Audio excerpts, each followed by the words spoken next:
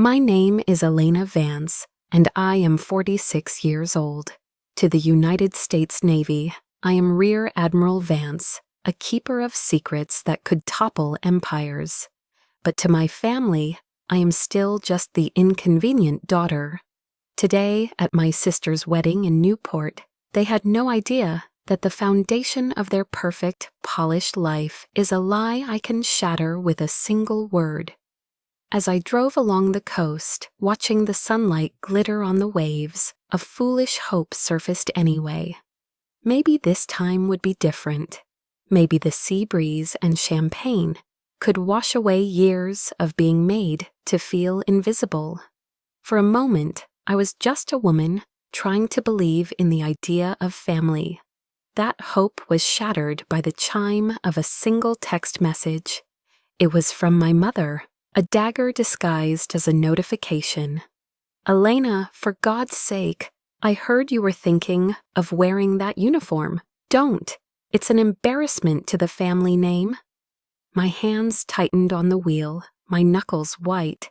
An embarrassment, the 2 silver stars I earned in an ocean of fire and steel, reduced to an insult. The air left my lungs in a silent gasp, replaced by a deep, profound, and dangerous cold. They wanted me to feel small. Have you ever been made to feel small for the very thing that made you great? Let me know in the comments, because they were expecting a ghost in a beige dress. They're about to meet a Rear Admiral in her full, unapologetic uniform. The decision to wear my uniform wasn't born from that single text message alone. It had been forged over years of quiet dismissals, each one a small cut, but together they had bled me dry of any hope for their acceptance. The final wound had opened a few weeks prior, right after I'd returned to my apartment in Norfolk from a grueling joint forces exercise in the Atlantic. The air in my apartment was still and cool, a welcome silence after the constant hum of a warship. I craved nothing more than a hot shower and the anonymity of my own space. I poured myself a glass of water, the ice cubes clinking in the sudden quiet, and sat down with my tablet. I rarely checked my social media feed, finding it a world of curated happiness I couldn't quite relate to. But that day, something drew me in. And there it was, a professionally shot photograph of my sister, Eliza, her face alight with joy, twirling in the arms of a man I didn't recognize. The setting was unmistakable, the waterfront deck of the Ida Lewis Yacht Club in Newport, a place synonymous with my family's social circle. The caption read, "She said yes. The future Mr. and Mrs. Halpern." My heart didn't sink. It simply stopped for a moment, a hollow thud in my chest. Hundreds of comments flooded the post. My mother, Eleanor, had left a string of effusive heart emojis. My father, Richard, had reposted the image with his own caption. "So proud of our beautiful family and the legacy we continue to build." I scrolled through every photo in the album. Eliza with her friends, Eliza with her new fiancé, Eliza with our parents. I searched for my name in the tags, in the comments, anywhere. There was nothing. It was a digital erasure. It wasn't a mistake. It was a message. I was not part of that beautiful family, not part of that legacy. I was just elsewhere. The feeling wasn't sadness. It was a cold, stark emptiness, the feeling of looking at a map of your own life and finding your hometown has been wiped off.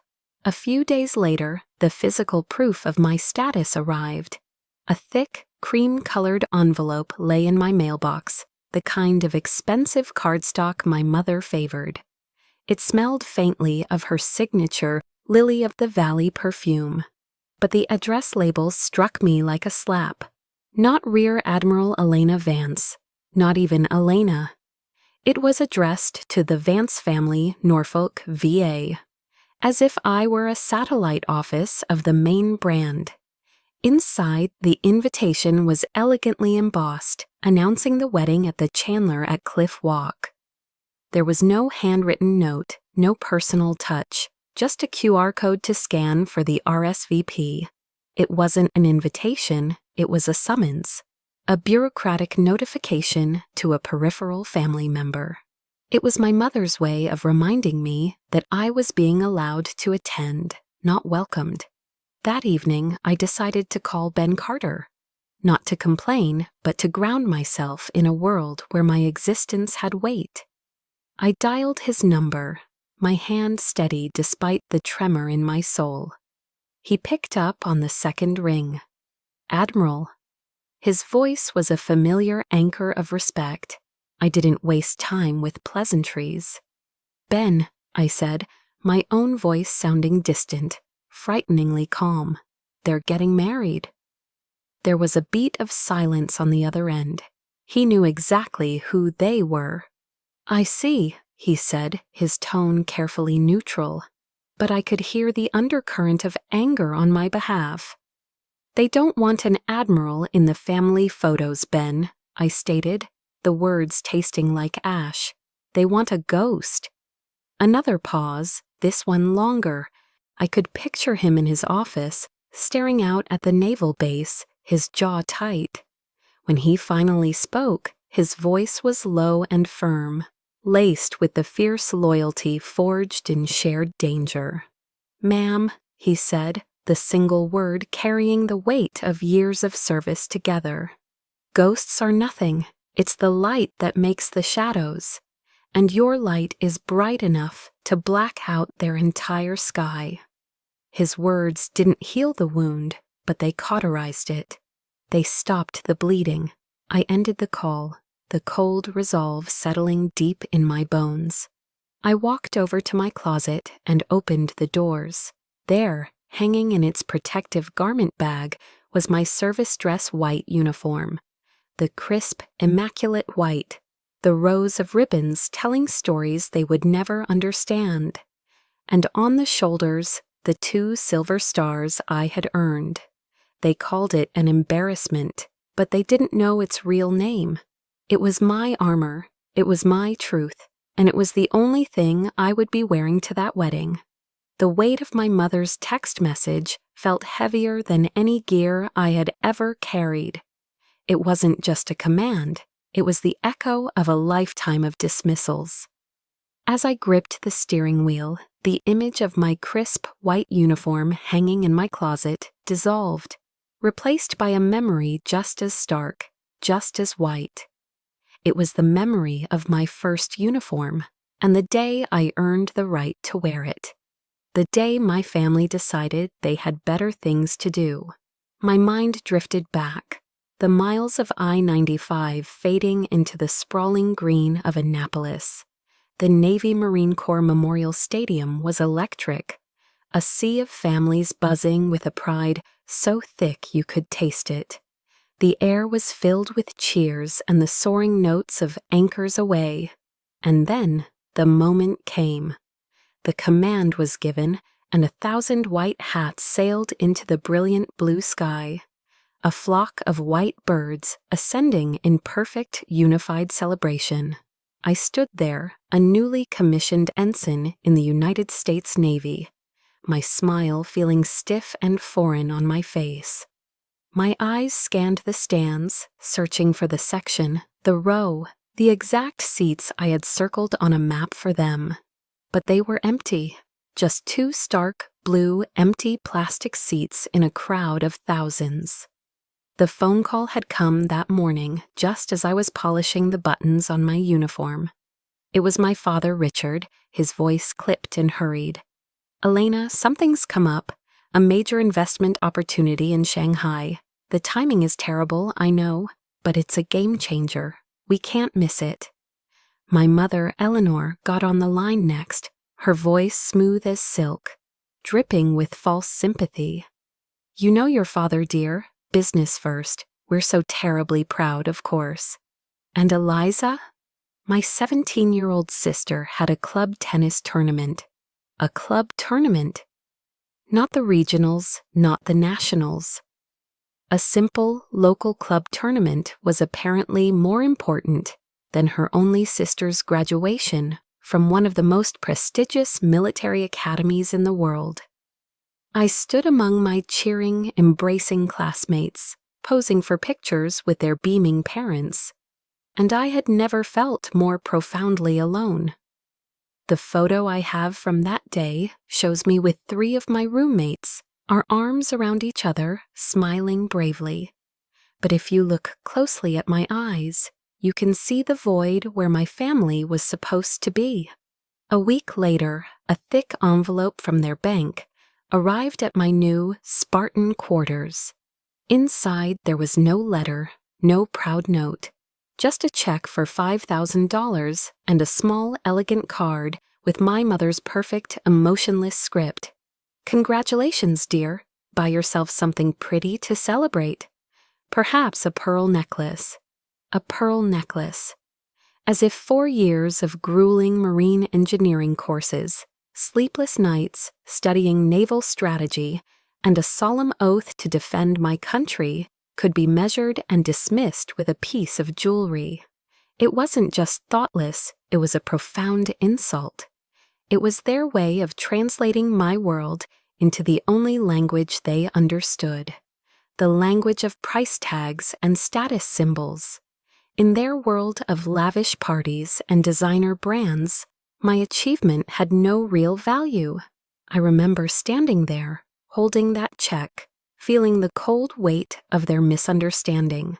Then, with a slow, deliberate motion, I tore the check into tiny, precise pieces and let them fall into the trash can like confetti at a one-person parade. It was the last time I ever hoped they would understand. The bitterness of that memory was compounded every time I returned to the family home in Newport. The house was a museum of Eliza's triumphs. The walls were lined with photos of her winning ribbons at equestrian events, her prom pictures, her acceptance letter to Boston College, framed in ornate silver. A few months after my Annapolis graduation, an entire glossy album was dedicated to her 17th birthday. Dozens of photos taken at the famed L'Espalier restaurant in Boston. Eliza in a designer dress, laughing as our parents presented her with the keys to a brand new white BMW. My father and mother stood on either side of her, their faces radiant with a pride that was almost blinding. And my presence in this family shrine? It was a single, small 4x6 photograph, tucked away on a crowded bookshelf in the library, almost hidden behind a leather-bound collection of Dickens. It was the photo from graduation day, the one with my roommates. To any visitor, it would look like a picture of their daughter's friend. It was clear the Vance family had one daughter, a perfect, beautiful daughter.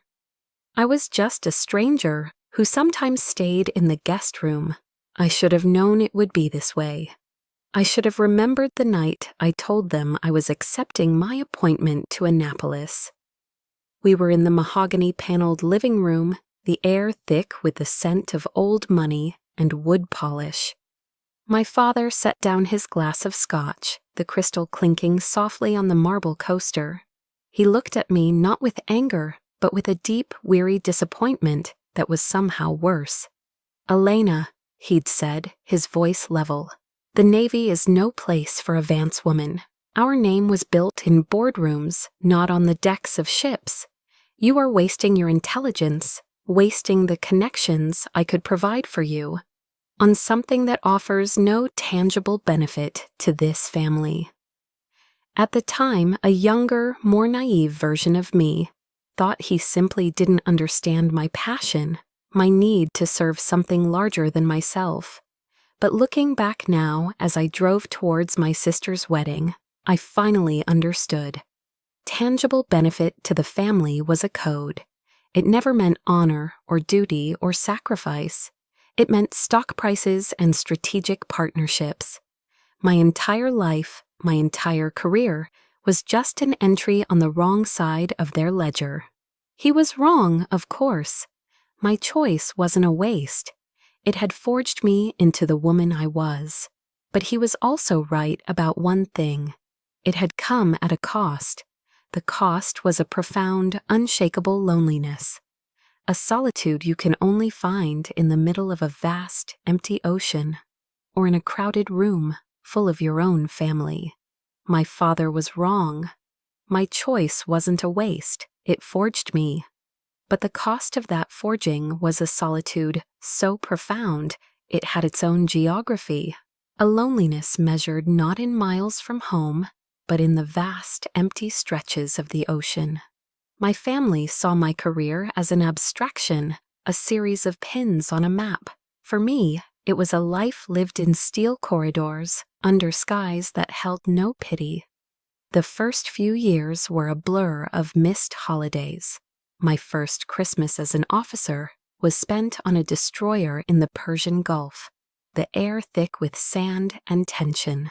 I remember calling home on a crackling satellite phone, the delay on the line making the distance feel even greater. On the other end, I could hear the familiar sounds of a Newport Christmas party, the clinking of glasses, the swell of music, a burst of laughter. My mother's voice was bright and distant. "Oh, Elena, darling, it's not a great time. We're just sitting down to dinner." Through the static, I heard Eliza excitedly describing a new diamond bracelet. The call lasted less than a minute. There was no "Are you safe?" or "We miss you." While they passed around a platter of glistening roast goose and poured expensive Bordeaux, I sat in the ship's metallic, windowless wardroom, eating a lukewarm meal ready to eat, the beef stew packet. That was the moment I truly understood. I wasn't just absent, I was forgotten. An inconvenient detail in their perfect holiday narrative. My promotions didn't come from a family connection or a well-placed phone call. They were earned in 36-hour shifts on the bridge, fueled by stale black coffee and the sheer will to not fail. They were earned by making life-or-death decisions in seconds, with the lives of 200 sailors in my hands. I remember one deployment in the North Sea. A rogue storm, a weather bomb, materialized out of nowhere, turning the ocean into a churning gray monster. The waves were the size of office buildings, crashing over the bow with a sound like cannons firing. For 2 straight days, I didn't leave the command deck. I lived on dry crackers and the adrenaline pumping through my veins, my eyes burning from staring at the radar, coordinating our every move to keep the ship from being torn apart. We made it back to port in Scotland, exhausted, bruised, but whole. I felt a quiet, bone-deep pride in my crew, in myself. That same week, I saw a picture Eliza had posted from the breakers in Palm Beach. She was wrapped in a fluffy white robe, a cucumber slice over one eye, with a caption complaining about how exhausted she was after a hard week of shopping. The contrast didn't make me angry or jealous. It created a chasm. It was as if we were living in different realities, operating under different laws of physics, where my exhaustion was a matter of survival, and hers was a luxury. In her world, my entire life was invisible. But the warmth I never found in my family's gilded cage, I discovered it in the most unexpected of places, on the rolling decks of those gray ships. It was in the small, unspoken gestures of my crew. I remember a young Ben Carter, then just an ensign himself, quietly placing a steaming mug of chicken soup in my trembling, frozen hands after a grueling watch in the freezing Arctic. He didn't say much, just, "Figured you could use this, ma'am." The non-commissioned officers, my chiefs, would somehow know it was my birthday, and a lopsided homemade cake would mysteriously appear in the galley. They were my family. They saw the dark circles under my eyes and understood their origin. They saw the rank on my collar and knew what it had cost to put it there. They didn't care about my last name or my father's stock portfolio. They cared about the officer who stood beside them, the one who would go through hell and back for them. It was a fierce, unvarnished loyalty that money could never buy, and my family would never understand. That truth was never clearer than after the Orion incident. It was the mission that nearly ended my career, the one where I had to defy a direct order to save my crew. When I finally got a few days of shore leave, I went home to Newport. The silence in the house was heavy. At the dinner table, over a perfectly cooked filet mignon, I tried to tell my father about it. I spoke of the crushing pressure, the sonar failure, the choice I had to make. He nodded vaguely, his eyes fixed on the financial news ticker on the large screen TV in the den. "Sounds intense," he said, his voice laced with disinterest. "By the way, Lockheed Martin's stock is up again." Before I could respond, Eliza chimed in, wrinkling her nose. "Ugh, can you not talk about scary stuff like that? It's ruining my appetite." I stopped talking. I looked at their faces, bathed in the soft light of the dining room chandelier, and I realized they were not just uninterested, they were incapable of understanding. In their safe, predictable world, war, danger, life, and death were just abstract concepts from a movie. They were not my reality. My reality, with all its grit and honor, was just an inconvenient story, a disruption to their perfectly seasoned meal. In the cold, indifferent world my family inhabited, I was a ghost. But on the steel decks of the United States Navy, amidst the very people I had sworn to lead and protect, I was seen. The warmth I never found in the mahogany-paneled rooms of Newport. I found it in the small, steadfast actions of my chosen family. And at the center of that family was Ben Carter. Ben was more than just my executive officer. He became the silent guardian of my sanity. He learned to read the weather of my moods, particularly after the infrequent icy phone calls from my parents.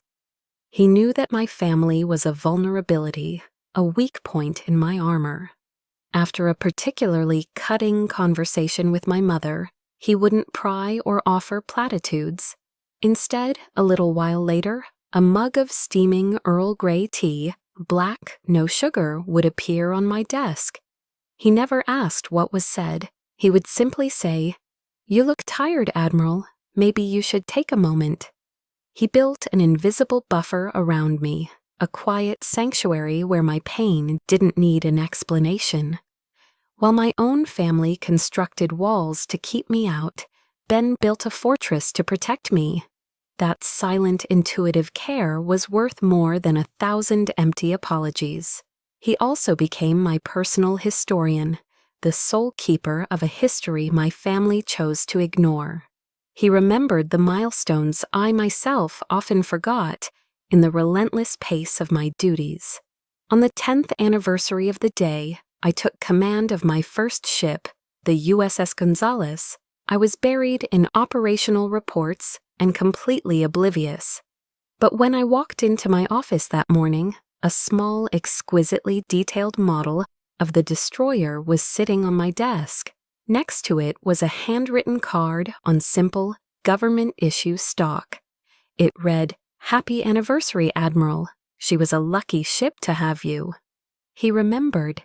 He had taken the time to learn the chapters of my life, not out of idle curiosity, but out of a deep and abiding respect. In those moments, I felt a profound sense of gratitude wash over me.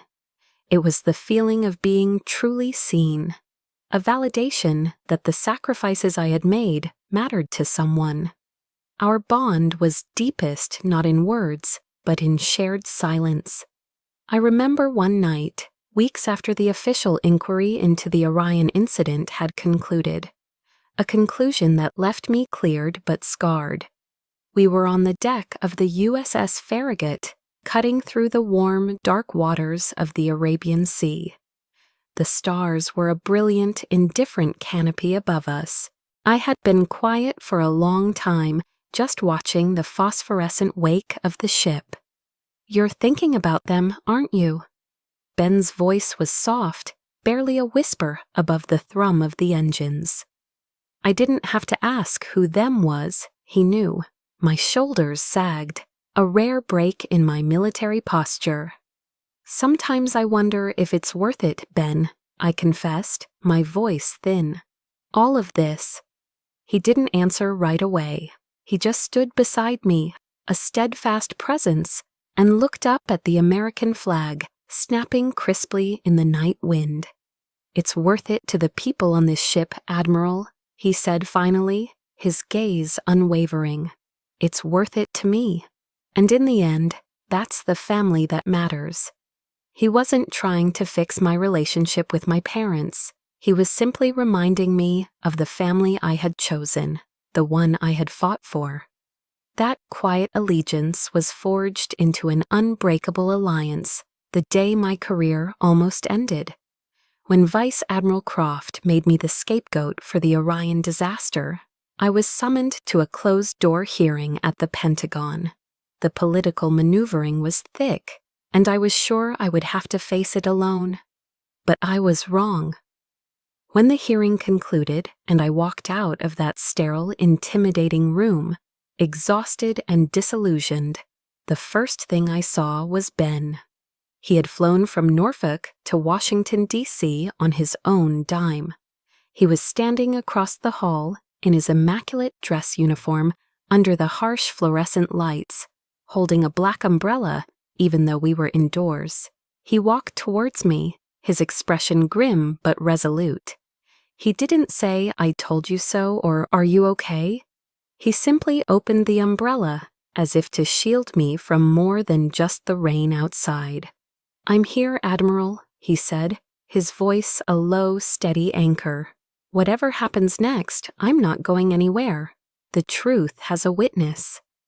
In that moment, under that ridiculously formal umbrella in a sterile government hallway, I knew I wasn't alone. Our alliance wasn't built on blood or a shared name. It was forged in the fire of shared duty, tempered by the storms of the high seas, and sealed by a quiet, unwavering loyalty. It was stronger than blood, and it would prove to be the only thing I could truly count on when the final storm, the one brewing within my own family, finally broke. The alliance I had with Ben became my fortress in the years that followed, a bastion of loyalty in a world where my own blood relatives saw me as little more than a tool. I was naive to think the fallout from the Orion incident might have changed them, that a near disaster might have recalibrated their priorities. But I was wrong. A month before Eliza's wedding, a phone call from my father proved that they never change. They just find new, more insidious ways to use you. The call came on a Tuesday afternoon. I was in my office at Naval Station Norfolk, reviewing personnel files. My phone rang and the caller ID read Richard Vance. It was a rare event. My father communicated primarily through brief, impersonal holiday texts.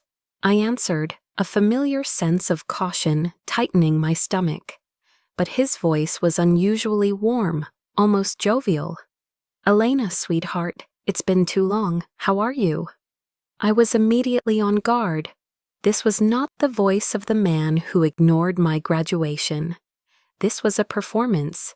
He asked about my health, about the weather in Virginia, about my command, questions a normal father would ask, yet coming from him, they felt scripted and strange. "I heard your fleet just secured a major contract for next-generation sonar technology," he said casually. "Fascinating stuff." For one foolish, desperate moment, a spark of hope ignited within me. Maybe he was finally trying. Maybe after all these years he saw me as more than just a deviation from his life plan. So I answered cautiously, sharing a few unclassified details about the project's scope. We spoke for nearly 10 minutes, the longest conversation we'd had in years. I started to relax, to let my guard down, and that's when the trap was sprung. By the way," he said, his voice shifting seamlessly into the clipped all-business tone I knew so well. "Your old acquaintance, Vice Admiral Croft, happens to be a business partner of mine. He's got a subsidiary company that's putting in a bid for that sonar contract. He was saying how beneficial it would be if someone on the inside, someone like you, could perhaps nudge the procurement committee in their direction, or maybe just provide a little insight into the competing bids. It would be a huge help for the family business, Elena." The line went silent. The warmth in my chest from moments before turned to ice. It was all a lie. The entire conversation was a calculated prelude to this request. I wasn't his daughter, I was an asset. An intelligent source to be exploited for his and Croft's financial gain. The disappointment was a physical blow, knocking the air from my lungs. He didn't see me, Elena, the woman, the officer. He saw the 2 silver stars on my shoulders and the doors he thought they could unlock for him. "No," I said, my voice flat and cold. "Absolutely not. What you're asking is unethical, illegal, and a violation of my oath." My father's manufactured warmth evaporated. "Don't be so dramatic," he snapped before hanging up abruptly. A few hours later, my mother called, her weapon of choice, not a direct assault, but a wave of guilt and passive aggression. "Elena, you've disappointed your father," she began, her voice a symphony of practiced sorrow. "You just don't understand, do you? Everything he does for this family, for Eliza's future, to maintain the lifestyle we've all worked so hard for." The familiar lecture began, a tirade about loyalty and obligation. "A little help is all he asked for. You've always been so rigid, so military. Sometimes you need to be flexible for the people who love you." Her definition of flexible was for me to commit a federal crime. Her definition of family was a closed circle, consisting of her, my father, and Eliza.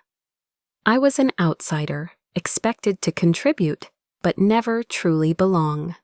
The final, most degrading assault came from Eliza herself.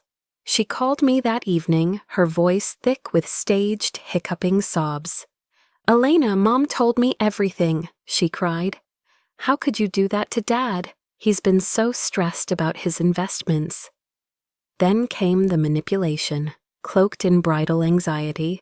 She talked about the rising costs for the wedding, the caterer, the flowers, her dream of a perfect honeymoon in a Bora Bora overwater bungalow. "It was just a small favor, big sis," she pleaded, her voice a pathetic whine. "You have everything, your career, your important position. I just want a beautiful start to my new life. Can't you just help us for once?" She was using her wedding, her one day of supposed happiness, as a tool of emotional blackmail. She was weaponizing her own tears. That was it. That was the moment. The last vestiges of sorrow in my heart burned away, leaving behind nothing but cold, hard fury. The disappointment was gone, replaced by a clarity so sharp it hurt. They had used every tactic in their playbook. Feigned affection, guilt, and now a damsel in a wedding dress. They had treated my honor, the very core of my being, as a commodity to be bartered. Fine. They wanted a perfect wedding in Newport. I would be there, but I wouldn't be coming alone. I'd be bringing the truth with me. And the truth doesn't wear a beige dress. My cold resolve, forged in the wake of Eliza's manipulative phone call, carried me north to Newport. I checked into a room at the Hotel Viking, a historic landmark just a short drive from my family's sprawling seaside estate. I didn't call them to announce my arrival. I knew they would find out. The day before the wedding, driven by a final fading sense of duty, I drove to the Chandler at Cliff Walk, the opulent venue overlooking the Atlantic. The ballroom was a flurry of activity. My mother and Eliza were in deep consultation with a frantic-looking wedding planner, pointing at floral arrangements and linen samples. I approached them, my footsteps echoing softly on the marble floor. "It's all looking beautiful," I offered, my voice even. My mother glanced up, a flicker of annoyance in her eyes before it was masked by a tight smile. "Elena, you're here." She turned back to the planner. Eliza simply gave a tight little wave, then leaned in to whisper something to her maid of honor, who giggled and shot a sideways look at me. I tried to offer a suggestion about the seating chart, noting that 2 elderly cousins might prefer to be seated away from the band. My mother waved a dismissive hand. "The professionals have it handled, dear. What would you know about these things?" I was an outsider, a tourist in the landscape of my own family's life, invited only to observe from a distance. That distance became a canyon at the rehearsal dinner that evening. The event was held at a chic restaurant on Bowen's Wharf, the air smelling of salt and expensive perfume. The main table, a long, beautifully decorated affair, was reserved for the immediate family. My parents, Eliza and her fiancé, and his parents. There was no seat for me. The wedding planner, a young woman with a perpetually worried expression, approached me apologetically. "Admiral Vance," she stammered, "there's a place for you over here?" She gestured to a smaller, round table in the corner near the service entrance. The Friends of the Family table. I was seated next to a great-aunt I hadn't seen in 20 years, who spent the evening asking me if I was still in the Coast Guard. I sat there, nursing a glass of sparkling water, and watched. I watched my father stand up, tap his glass for attention, and begin a glowing tribute to his wonderful daughter, Eliza. He spoke of her beauty, her charm, her bright future. He spoke of legacy and pride. Throughout the entire 5-minute speech, he never once looked in my direction. He never once mentioned my name. It was a masterful public erasure. In that room, in front of everyone they knew, Richard Vance made it clear that he had only one daughter worthy of acknowledgement. The final straw wasn't grand or dramatic. It was small, quiet, and utterly devastating. I had spent months searching for the perfect wedding gift for Eliza. Not something from a registry, but something with meaning. I found it in an antique shop in Annapolis, a heavy brass maritime compass from the 1940s. I had it engraved with the date of the wedding and the geographic coordinates of the small Newport chapel where our grandparents had been married. It was a symbol of guidance, of a true beginning, of the real family legacy they pretended to care about. At the dinner, during a lull in the conversation, I walked over to the main table and presented the small, velvet-boxed gift to Eliza. "Oh, thanks," she said, her voice distracted. She opened it, glanced at the compass for a fraction of a second, and then set it down on the table with a soft thud. Her attention was immediately captured by a friend who was loudly admiring a new glittering diamond tennis bracelet on Eliza's wrist. The compass sat forgotten next to a bread plate. Later, as the dinner was winding down, I saw a waiter clearing the table. He picked up the bread plate, the used napkins, and his hand brushed against the compass, nearly sweeping it into the bus tub along with the other refuse. My gift. My months of thought, my symbol of our shared history, was treated as disposable clutter. I stood up and walked out of the restaurant. No one noticed. I walked down the wharf, past the gleaming yachts, and onto the cliff walk. The cold, salty wind whipped at my face, but I didn't feel it. There were no tears, not this time. The deep, abiding hurt that had been my lifelong companion had finally burned away, leaving something else in its place, a pure, clarifying rage. 25 years of being ignored, dismissed, used, and now publicly humiliated. The discarded compass was more than a gift. It was me, my values, my history, my honor, all casually swept aside. I stopped and looked out at the black, churning expanse of the Atlantic. The ocean didn't judge. It was vast, powerful, and honest. In its roar, I found my own. The quiet, obedient daughter was gone, washed away by a final tidal wave of disrespect. I took a deep, steadying breath, the salt air filling my lungs. Never again, I whispered to the wind. No more silence. No more making myself small to fit into their narrow world. The battle had been declared, not with ships or weapons, but with the one thing they were most afraid of, the unvarnished truth. In life, everyone has a breaking point, that one moment where endurance ends and action begins. The moment you look in the mirror and say, enough. What was yours? Share that moment of finding your strength in the comments below. The rage that had consumed me on the cliff walk did not dissipate. It crystallized. Back in the sterile quiet of my hotel room, the hurt was gone, replaced by the cold, clear focus of a commander preparing for battle. I didn't sleep. Instead, I opened the encrypted laptop I carry on all assignments. My mission was no longer about personal pain. It was about exposing a truth that had been buried for far too long. Revenge was a messy, emotional affair. I was seeking something cleaner, colder, justice. At 200 hours, I initiated a secure call to Ben Carter. He answered instantly, his voice alert. "Ben," I began, my tone devoid of emotion, clipped and precise as a mission briefing. "I need everything you can get on Vice Admiral Croft, specifically pertaining to the Orion incident. I want the unedited reports, the raw audio logs from the command center, and all original witness statements.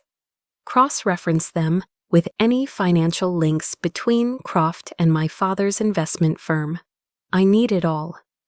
There was no hesitation, no question of why.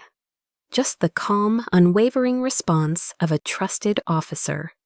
"Roger that, Admiral. Give me 12 hours. I knew Ben wasn't just my subordinate. He was the hub of an informal network of loyal officers, many of whom had also been sidelined or wronged by Croft's political maneuvering. My weapon in this fight wouldn't be a Tomahawk missile, it would be information. And I was about to launch a full-scale information warfare campaign. While I waited, I turned my attention to the present. I pulled up the high-resolution photos from Eliza's engagement party. My eyes scanned past the fake smiles and champagne glasses, settling on the ornate gold locket around my sister's neck. A gift, the tag had said, from the Croft Legacy Foundation. A charitable front for a man who possessed no charity. Croft never did anything without a strategic purpose. My training as an intelligence officer took over. I zoomed in, enhancing the image. The locket's design was intricate, but it seemed heavier, bulkier than a purely decorative piece should be. Along the filigree edge, I detected a nearly invisible seam, one that didn't belong. A cold suspicion bloomed in my mind. I immediately sent the encrypted image file to Ben with a single clear directive. Analyze this object, highest priority. This wedding was no longer just a family drama. It had the makings of a hostile operation. By dawn, as the first gray light of morning filtered into my room, a secure email arrived from Ben. The subject line was one word: Orion Unedited. I opened the file. The raw truth was more damning than I had remembered. The unedited reports showed Croft had personally overridden safety protocols, pushing the USS Orion into a treacherous undersea canyon to show off a new, unproven sonar system to a group of potential investors. Then came the audio logs, his voice crisp and chillingly calm in the face of disaster. The asset is compromised. We will maintain perimeter and control the narrative. The potential loss of life is an acceptable risk. Acceptable risk. He was talking about my people. Then my own voice cut through the chaos, a recording I hadn't heard in years. I was a commander then. Negative command. I am overriding that order. We are initiating search and rescue protocols. Now. My hands clenched into fists. The evidence was irrefutable. Croft wasn't just incompetent. He was a monster who had weighed human lives against his career and found them wanting. The final piece of the puzzle lay in the list of survivors from the incident. My eyes scanned the names until one jumped out: Captain David Egan, retired. I remembered him, a good, steady commander who had been forced into early retirement after the official, sanitized report came out. A quick search showed he was living in Mystic, Connecticut, a mere hour's drive from Newport. I found his number and dialed, my heart pounding a steady, rhythmic beat. An older man's cautious voice answered. "Captain Egan," I said, "this is Elena Vance." There was a long pause on the other end. Then his voice changed, warmth and respect flooding into it. "Commander Vance," he corrected me, using the rank I held then. "I'll never forget what you did for my crew, for me, that day." I explained the situation briefly: the wedding, Croft's presence, my father's involvement. Egan didn't need any convincing. "That son of a bitch is going to be there?" he said, his voice a low growl. "Good, then so will I. It's about time the real story was told." I hung up the phone, a grim sense of satisfaction settling over me. I now had all the components for my operation. I had the irrefutable evidence. I had the motive. And now I had a living, breathing witness with unimpeachable credibility. Croft and my family thought they were attending a wedding. They had no idea they were about to walk into a court-martial, and the stage was already set. I looked over at the service dress white uniform, hanging pristine and ready. It was time to put it on. I walked into the grand ballroom of the Chandler with the calm deliberation of a commander boarding the flagship. I did not wear the beige dress. I wore my service dress white uniform, the twin silver stars on my shoulder boards catching the light from the crystal chandeliers. As I entered, a wave of silence rippled through the room. The polite chatter of Newport's elite died in their throats. Every head turned. I saw my mother, Eleanor, across the room. Her face, a mask of social grace, moments before, went rigid, her skin paling in fury. My father, Richard, caught my eye and immediately looked away, turning his back to me as if I were a stranger. Eliza shot me a look of pure, venomous disbelief. I ignored them all. With my back straight and my chin held high, I walked calmly to my assigned seat, the lone chair in the last row, a place of exile, and sat down. My presence in that uniform was not a plea for attention. It was a declaration of war. The ceremony began, a symphony of orchestrated perfection. The officiant spoke of love, trust, and honor, words that felt hollow and profane in that room. From my vantage point, I watched the front row. Vice Admiral Croft sat there, the picture of dignity, applauding politely. My father sat beside him, nodding in agreement, a loyal business partner. The air was thick with hypocrisy. Then came the moment I had been waiting for. The officiant, with a warm smile, said, "At this time, we'd like to take a moment to honor the brave men and women of our armed forces who may be with us today." As planned, Captain Ben Carter stood. He was in his own immaculate white uniform, a stark pillar of integrity in the lavish room. But he didn't just stand. He turned, pivoting on his heel to face the back of the room. He looked directly at me. His hand snapped up to his brow in a salute so crisp, so perfect, it cut through the air. And then he spoke, his voice not loud, but carrying across the stunned silence with absolute authority. "Rear Admiral Elena Vance, ma'am." A collective gasp swept the room. Whispers erupted like wildfire. A Rear Admiral, here, sitting in the back? My mother's hand flew to her pearls, her face a mixture of horror and dawning recognition. My father froze mid-smile. Eliza stared, her mouth agape. The timing was precise. Immediately following Ben's salute, the large screens flanking the altar, which had been set to display a romantic slideshow, flickered and went black.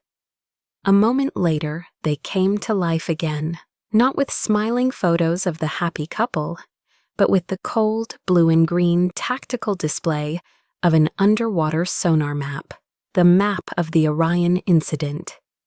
Ben, through a former Navy technician on the venue's AV team, had seized control. Then the speakers crackled. Croft's voice, amplified throughout the silent ballroom, was chillingly clear. "The potential loss of life is an acceptable risk. Control the narrative." The crowd murmured, a low, confused hum. Then my own voice answered from the past, sharp and decisive. "Negative command. I am overriding that order. Initiate search and rescue protocols, now." The screens switched to harrowing footage from a deep-sea ROV, showing the mangled hull of the submarine and the desperate, heroic work of the rescue divers. The confused hum in the room turned to audible shock. Croft shot to his feet, his face as white as my uniform. "This is slander! This data has been falsified!" he yelled, his voice cracking. My father stood with him, babbling about a technical glitch, a tasteless prank. But before their lies could take root, another figure rose from the crowd. He was an older man in a simple tweed jacket, but he stood with an unshakable authority. "My name is David Egan," he announced, his voice booming with the command of a lifelong captain. The room fell silent again. "I was the commanding officer of the USS Orion. That recording is real. That footage is real. Vice Admiral Croft, right there, left us to die to protect his career." His gaze then shifted, finding me in the back row. He looked directly at me, his eyes filled with a gratitude that transcended time. "And that woman," he said, pointing a steady finger, "the one you sat in the back of the room, was then Commander Vance. She defied a cowardly order, and she saved our lives." Though in civilian clothes, Captain Egan stood at attention and gave me a slow, deliberate nod of salute. The room erupted. It was no longer whispers, but shouts. Phones were raised, cameras flashing, recording the chaos. The carefully constructed facade of the Vancecroft dynasty had not just cracked, it had been blown to pieces in front of everyone who mattered. The game was over. The moment Captain Egan finished speaking, the opulent ballroom descended into chaos. The carefully constructed symphony of the wedding shattered into a cacophony of gasps, frantic whispers, and the insistent flashing of cell phone cameras. The guests, pillars of Newport and Washington society, were no longer passive observers. They were witnesses, and their phones were broadcasting the downfall of two powerful men in real time. The society reporters, who had come expecting a story about peonies and lace, now had the scandal of the decade. I watched as Vice Admiral Croft, his face a ghastly shade of white, tried to make a discreet exit, but his path was silently, immovably blocked by Ben Carter and two other officers I recognized, all standing at parade rest. They didn't touch him. They didn't have to. Their steadfast presence was a wall of honor he could not breach. My father, Richard, was trying to do damage control, his voice a desperate, sputtering engine trying to start. A misunderstanding, a technical error, he pleaded to anyone who would listen. But no one was listening. They were all watching the empire of Vance and Croft crumble into dust. They had built their house of cards on a foundation of lies, and they had underestimated the storm that was their own discarded daughter. The venue's security, looking overwhelmed, quickly escorted the key players, my parents, a tear-streaked Eliza, a shell-shocked Croft, and me, into a private drawing room off the main hall. The heavy oak door closed, shutting out the noise, but trapping us in a suffocating silence. It didn't last. My mother, Eleanor, her face contorted with a rage I had never seen before, lunged towards me.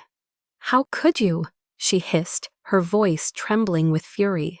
"You have ruined everything, the family's reputation, your sister's wedding, years of work gone." My father, his bravado gone, pointed a trembling finger at me. "You will pay for this, Elena. I swear to God, you will pay." But their words, once so powerful, now felt like spent ammunition. They were just noise, the meaningless fury of cornered animals. I looked directly into my mother's raging eyes, and my voice, when it came, was steady and cold. "A reputation built on lies is not a reputation, Mother. It's a prison. And today I set myself free. I didn't raise my voice. I didn't cry. My calm, the unnatural stillness of a ship in the eye of a hurricane, seemed to frighten them more than any outburst would have. Eliza, her designer wedding gown, now looking like a costume, ran to me, grabbing my arm. Her mascara was smeared, her face blotchy. "Elena, please," she sobbed, the practiced tears of a lifetime of manipulation flowing freely. "Just take it back. Tell them it was a mistake. You've ruined my most important day." I looked down at her hand clutching my sleeve, the hand that had always received everything so effortlessly. "Your most important day," I said, my voice soft but unyielding, "was financed by a cover-up that almost cost dozens of men their lives. Is that truly the foundation you want for your marriage, Eliza?" I gently, deliberately, pried her fingers from my arm. The physical contact was broken, and with it, something final. "The game is over, Eliza," I said. "There's no one left for you to manipulate." For the first time in her life, she looked at me, not with scorn, but with a dawning, horrified awe, as if seeing a stranger who inexplicably wore her sister's face. Just then, the oak door opened again.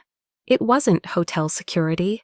Two grim-faced individuals in dark suits, their credentials clipped to their belts, entered, followed by two uniformed Newport police officers. They ignored the rest of us. Their focus was singular. "Vice Admiral Harrison Croft," the lead agent said, his voice flat and official. "You are under arrest on suspicion of obstruction of justice and falsification of national defense intelligence in connection with the Orion incident." As they snapped the handcuffs onto Croft's wrists, a sound that echoed loudly in the quiet room, my father collapsed into a brocaded armchair as if his strings had been cut. In that moment of suspended chaos, I turned and walked towards the door. "Elena, where are you going?" my mother called out, her voice a strange mix of command and desperation. I didn't turn back. I paused at the threshold, my hand on the door. "I'm going where I belong," I said, my voice clear and final for all of them to hear. "And it is no longer here." I stepped out of the room, leaving the wreckage of my family behind me, and closed the door on a life that was no longer mine. The air in the hallway, though still buzzing with the aftershocks of the event, felt cleaner, lighter. I felt empty. But it was a peaceful emptiness, a void where a lifetime of pain used to be. The battle was over, but I knew the real war, the one to heal and reclaim my own life, had only just begun. When I walked out of that room, I didn't feel triumph or sadness. I felt quiet, a peaceful void where a lifetime of struggle used to be. The battle I had fought for decades was over, but I knew the real war, the one to heal my own heart, was just beginning. Months passed. The scandal of the Vance Croft wedding faded from the headlines. Harrison Croft was facing a court-martial, his celebrated career ending in disgrace. My father's business suffered catastrophic losses as partners and investors fled from the stench of the scandal. I heard through the grapevine that the wedding had been unceremoniously canceled. I felt nothing about it. Their world had become a foreign country to me. One crisp autumn afternoon, I was taking a rare walk along the waterfront in Norfolk, watching the destroyers and carriers glide in and out of the harbor. A young woman pushing a stroller hesitated, then approached me. "Excuse me," she said, her voice shy. "Are you Admiral Vance?" I nodded, offering a small smile. Her eyes welled up with tears. "My husband. He was a petty officer on the Orion. He talks about you all the time. He says he's alive today because of you." The little girl in the stroller, no older than 5, with bright, curious eyes, held out a crayon drawing. It was a lopsided picture of a big gray ship and a stick figure in a white uniform with bright yellow hair. "Thank you," the little girl whispered. I took the drawing from her small hand, my throat tight. I looked from the child's earnest face to the simple, heartfelt piece of paper. This was the recognition I had spent a lifetime craving. It didn't come in a Newport mansion or at a society gala. It came on a windy pier, a gift from the very people I had sworn an oath to protect. My true legacy wasn't my name, it was theirs. That evening, back in my office overlooking the water, I did something I hadn't done in years. I tried to write a letter to my family. I filled pages with explanations, with the lingering pain, with the reasons why. I tried to make them understand. But after reading it over, I realized the futility of it. I wasn't writing it for them. I was writing it for a younger version of myself, who still believed they might one day listen. I no longer needed their understanding. I no longer owed them an explanation. With a sense of finality, I tore the letter into pieces, just as I had torn up that check all those years ago. I opened my desk drawer and took out the antique brass compass, the one Eliza had discarded. Ben had quietly retrieved it from the restaurant that night and given it back to me. I polished its surface with my thumb and placed it on my desk right next to my command insignia. It was no longer a symbol of rejection. It was my own true north, a reminder that my direction was my own, guided by my own values, not by the shifting winds of their approval. The most important forgiveness I needed was not from them, but for myself, for spending so many years hoping for a love they were incapable of giving. The following spring, I was invited back to Annapolis. It wasn't a grand affair. It was a quiet, dignified ceremony in the Naval Academy's Memorial Hall. A new bronze plaque was being unveiled. It didn't just list the names of the fallen, For the first time, it officially acknowledged the Orion incident, honoring the uncommon valor and decisive leadership that saved the crew. My name was there, etched in the enduring metal. Ben Carter, recently promoted to captain, stood beside me. Captain Egan was there, along with a dozen other survivors from the Orion, their faces older, but their gratitude timeless.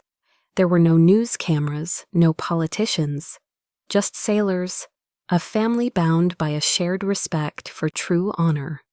As I reached out and traced the cool, raised letters of my own name, a profound sense of peace washed over me. History, at last, had been written correctly. The story ends, but my life did not.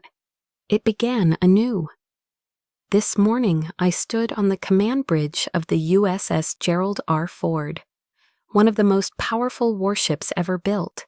A new command, a larger fleet, a greater responsibility.